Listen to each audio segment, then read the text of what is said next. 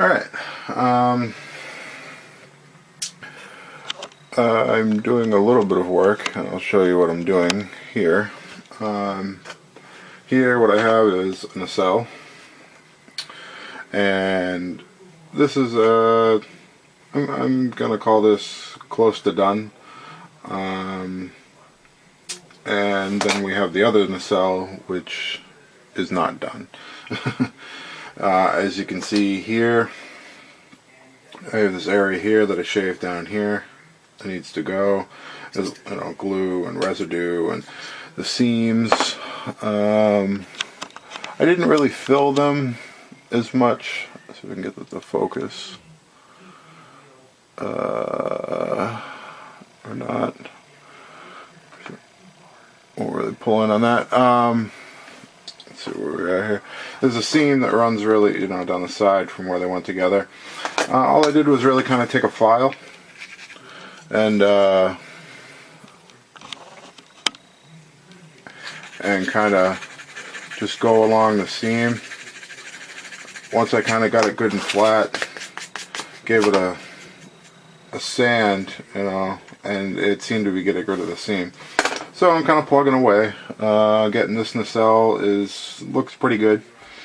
I haven't been doing too much because I've been experiencing some facial paralysis. You may notice my speaking is a little off. But doctor says it's temporary, and but unfortunately my eye is affected, and I can't get too much dust in it, so I couldn't do too much past couple of days. So I'm doing a little bit here, just plugging away, not going too crazy, just trying to get it to look, the nacelles to look a little better. Kind of worked out this area here. Not really focusing the camera. This area here on top,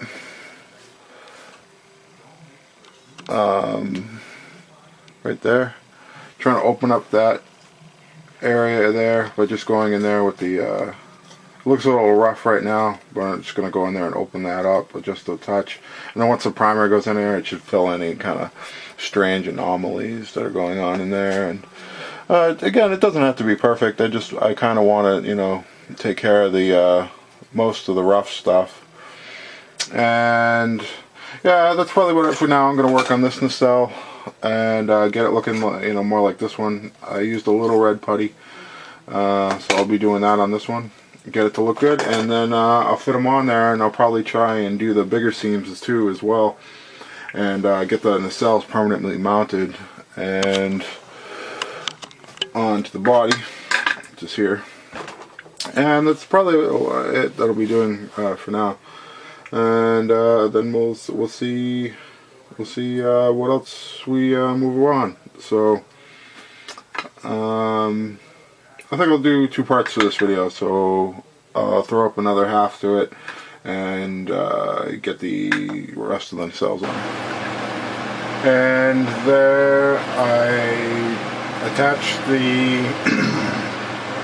nacelles, and I have them heavily puttied at this moment. I used a lot of putty because I really want to I'll carve all that down and sand all that down and kind of shape that the way I want. It's a big area, so I probably went a little overboard with the putty, but it'll be alright because I'm going to let it set up, and then I'll probably cut that down, and then there'll be a little bit more touch-up I'll have to go back and do. But for right now, the nacelles are on. I'm not going to worry about too much this here at the neck. I'm probably just going to glue this on at this point here. I have this little seam here I got to fix, which I don't know how to do because it's not really glued properly inside, so I don't know about that. But I'm not going to worry about the seam too much in the back half of this. It doesn't look bad. I'm just going to kind of glue that on, and that's going to look good. And then after that, I'm going to really tackle the other little sections that need to go together. and get those on there, and it's coming along. So again, it's just progress updates. I haven't done too much really the past week or so, but that's okay.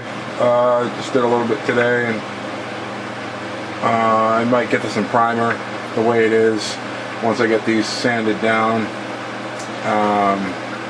Gotta let this dry up. When it's light, it dries pretty quick. Some heavier areas here, it's gonna take a little longer. The whole neck looks really good. The body looks really good. The nacelles look okay. I didn't go too crazy on the seams. I think they'll cover nicely with the paint and the primer. The big seams I want to get rid of. Those are going to be gone. Sand those down. Give this a quick shot of primer. Get it all in one color. Probably give it maybe one more light sand. Get these pieces on. These pieces on, all attached, looking good, just like that. And the bridge piece as well. And then it's going to be on to thinking about painting it. The painting is going to be somewhat of a challenge because it turns out that I made this ship into a Romulan ship, being that I made these parts flat. And I can't really tell their scheme here, what's going on, because I mean over here they depict this is the Romulan ship and it has the grooved inserts, and this as the Klingon ship, and it does not, but yet they tell you over here to make the Klingon ship you need the grooved inserts, so it's completely backwards. This instructions makes no sense. There's 4 different painting schemes. They don't tell you which one is basically for which. So I'm just going to kind of take creative license and kind of do my own thing. I think it's going to be the typical gray on bottom, or and green on top, or vice versa. Going to do that, and then I think I still might put the Romulan decals on it because I have another one of these, and I think when I do that I'll make it the Klingon ship. So I have the one that's Romulan, one that's Klingon, and that'll pretty much wrap that up. They're both kind of more practice for my bigger kit that I would like to light. But again, I spoke of in the past videos. Kind of new lighting, and it's not too complicated. I mean, actually, lighting for models is pretty simple. I mean, when it comes down to it, I mean, it's basically cut some holes, diffuse the holes if you really like, and put some lights behind them, and you got lights and windows on a spaceship. If you need some blinky lights here and there, well, that's not even that difficult. So, I mean, maybe sometimes with really complicated projects, you can really get in depth with like what TrekWorks really just did on his Reliant. He had like time circuits and stuff, I think, and it came out really good. It was really great. If checking out some videos, check that out. His Reliant came out amazing, and guys are doing stuff like that. I mean, if you want to get timed, blinks down and this and that, yeah, I'm sure it's not too difficult. It's a matter of, in fact, I even have I have a chip here. It's probably look that up online.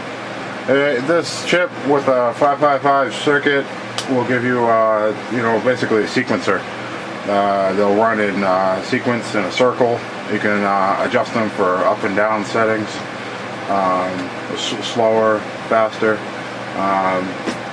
I mean, if you Google that right there, and I think in a 555 circuit, that'll give you a sequence lighting circuit you could build in probably about an afternoon with some parts. You could probably scavenge with that chip too as well. You can layer those chips too.